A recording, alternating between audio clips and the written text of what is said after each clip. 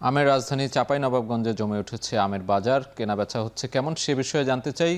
সোহান মাহমুদ আছেন সেখানে, সোহানের সাথে যুক্ত হব। সোহান, আম নিয়ে কোনো অভিযোগ আছে কিনা? আম কি দামে বিক্রি হচ্ছে? কোন কোন জাতের আম পাওয়া যাচ্ছে? বেচা বিক্রি কেমন চলছে এবং সেখানকার সার্বিক পরিস্থিতি জানাবেন।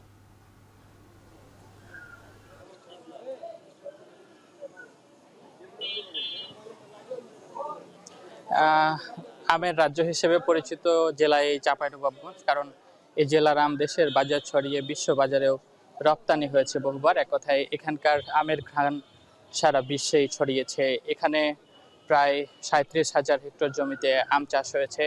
এতে প্রায় 5,000 কোটি টাকা বাণিজ্য হবে বলে আমাদেরকে জানিয়েছেন কৃষি বিভাগ। এতে উৎপাদনের লক্ষ্যমাত্রা ধরা হয়েছে 4,58,000 মেট্রিক টন। এখানে আসলে বিভিন্ন উপজেলায় বিভিন্ন আমবাজার রয়েছে। আমরা এখন রয়েছি সদর উপজেলার পুরাতন আমবাজারে। এছাড়াও দেশের সবচেয়ে বড় আমবাজার শিবগঞ্জ উপজেলার কানসাট, সেটিও এই চাঁপাইনবাবগঞ্জে অবস্থিত। ভোলাহাট এছাড়াও গমস্তাপুরে রয়েছে আমবাজার। এই আম চাষিদের অভিযোগ হচ্ছে ন্যায্য মূল্য তারা পাচ্ছেন না। এছাড়াও এক মনে আসলে 40 কেজি হলেও এখানকার বিভিন্ন বাজারে এক মনে নেওয়া হচ্ছে 50 থেকে 55 কেজি। এটি চাষিদের অভিযোগ, এতে তারা লোকসান গুনছেন। এখন বর্তমানে 6 থেকে 7 জাতের আম এই চাঁপাইনবাবগঞ্জের বাজারে পাওয়া যাচ্ছে।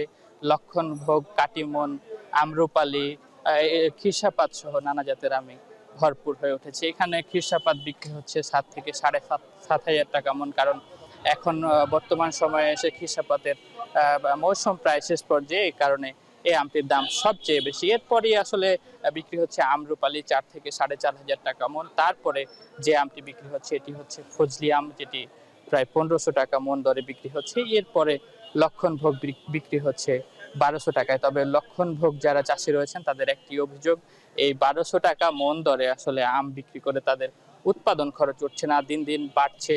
এখানকার কীটনাশক ব্যয়, শ্রমিক থেকে শুরু করে সব কিছুর দাম বৃদ্ধি পাচ্ছে। সেই আকারে আসলে কোনোভাবেই আমের দাম ঊর্ধ্বমুখী হচ্ছে না বলে এখানকার চাষিরা অভিযোগ করেছেন। এছাড়াও আরেকটি অভিযোগ রয়েছে, চাঁপাইনবাবগঞ্জে যেহেতু পর্যাপ্ত আম উৎপাদন হয়, এই আম বিদেশে রপ্তানি হচ্ছে না।